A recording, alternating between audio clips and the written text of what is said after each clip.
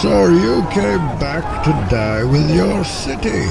Of course, I live here. I have no choice.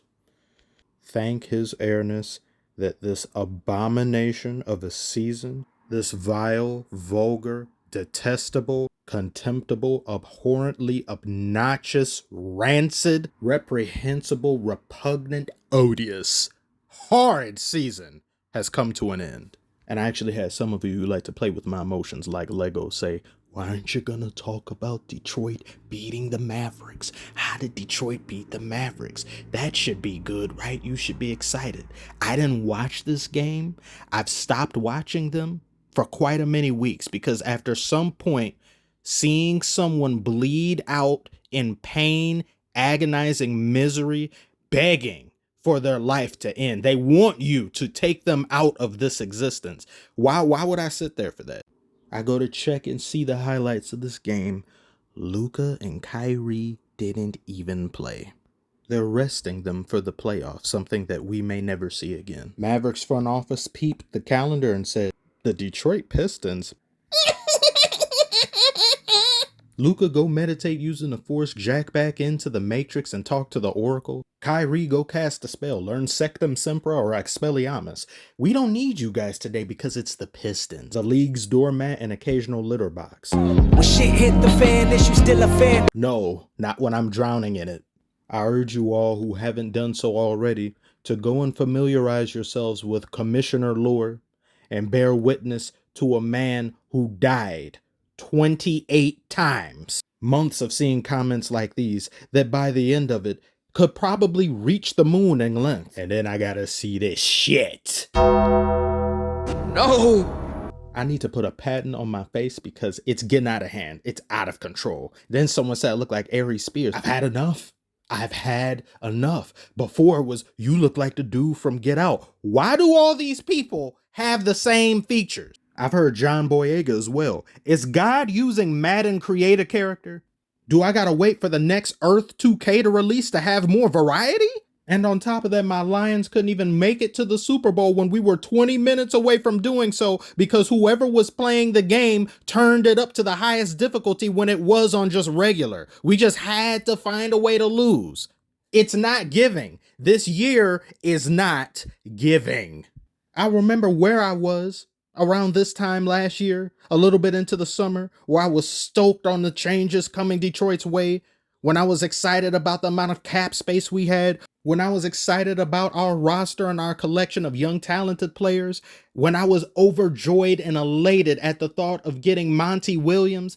Everything up in smoke, everything ruined in the worst possible way. We were by far and away the worst team in the season. Casually, one of the worst teams of all time, and nobody could have predicted this. But things decided to go left just because the commissioner said it would go right.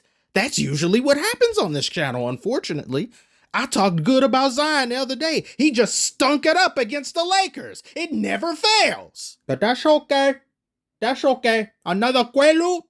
She'll love me in the morning.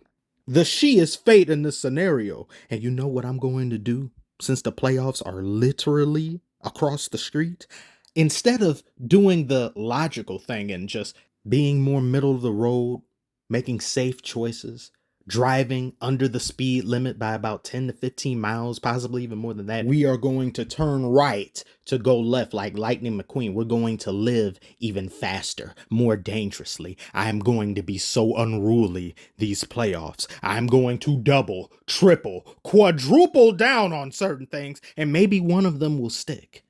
And when certain teams burst into flames in the worst of ways, some of which I've wanted to and have been expecting doom and gloom for the better part of this season, when they burst into flames, I will vomit upon their charred carcass to save their lives, only to put them back into the fire. I'm looking at you Clippers. I'm looking at you Lakers. I'm looking at you Celtics. I'm looking at you Warriors. And I actually get an occasional comment or two from some randoms from another country who came here illegally, who have the gall to tell me a Detroit fan has no business talking about other teams when your team is the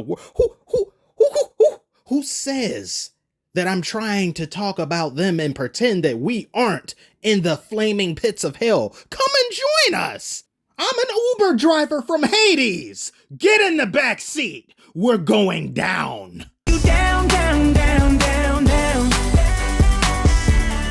As we sum up this year in its totality, there's going to be people that are trying to see the brighter side of things. The glass is half full, not half empty. It's this, that, and the other. There have been people talking about, like, there's Chicago Bulls fans, there's Hornets fans. It's like, well, yeah, but look at us. We're in no man's land. We don't really have a future. We don't know where we're going to be a year or two from now. We don't know what's going on with the front office. It's better to be obnoxiously horrible than to be mid. Ha ha ha.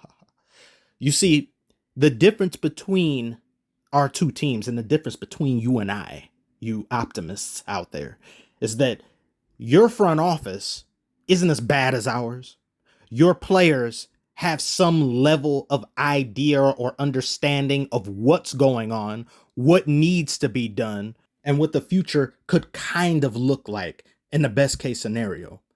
Us, however, you may look at us and see flaming trash that's going to get a high draft pick.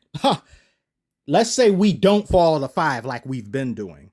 If we get good draft picks, they're going to get put in a system that doesn't make sense, in a place that resides in Timbuktu, closer to oblivion, ran by a coach who probably doesn't know what he's doing and has lost his luster, was probably somewhat overrated while he served as a coach in Phoenix, who now has a gargantuan albatross of a contract that doesn't justify his skill, because clearly you being here has made the team worse. And if it isn't entirely your fault, you certainly aren't helping things while you've been here. We have a GM who, like P. Diddy, essentially tried to flee the country. We didn't lay eyes on him for months. And the very next time that we see him, he's kicking fans out. We have an owner who doesn't really seem to care and lives in LA. It doesn't matter one way or another if the Detroit Pistons are doing great, if they're doing horrible. It doesn't matter. He's already balanced his checkbooks. He's probably one of these owners that just has that as some sort of tax write-off. It's just there. It's a plaything of mine. Doesn't matter. Yes, there are some players to be excited about. Cade Cunningham, Jaden Ivey, Jalen Duren, Marcus Sasser, Asur Thompson. But what good is any of that? What are these magnificent plants if you're planting them in the Sahara Desert and expecting them to grow? I need some water. Bad owner, bad GM, bad coach. How do you be successful with that? It doesn't matter what draft picks you get. It doesn't matter if there's 5 Michael Jordans in the draft, you draft all 5 of them. You don't know what to do with them. You mismanage talent. You, quite frankly, shouldn't be allowed to function as an organization if you can't get basic things right. So what am I supposed to be excited for? Absolutely nothing.